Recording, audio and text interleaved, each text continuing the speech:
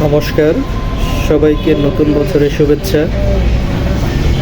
আশা করি এই বছরটি মানুষের মধ্যে সম্প্রীতি এবং ভালোবাসা তৈরি হবে। সকল ভেদাভেদ ভুলে সবাই এক ছায়ার তলে থাকবে।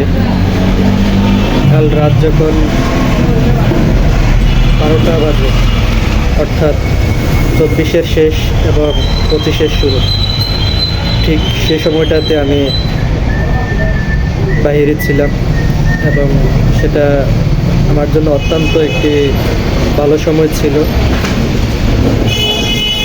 এক ম্যাজিস্ট্রেটের কাজের সুবিধার্থে তার কাছ থেকে আমি একটা উপহার পাই। এটা ভীষণ আমার কাছে আনন্দিত। আর তখন আমি চান্দিনাতে ছিলাম। চান্দিনার আকাশে তখন প্রচুর আতশবাজির শব্দ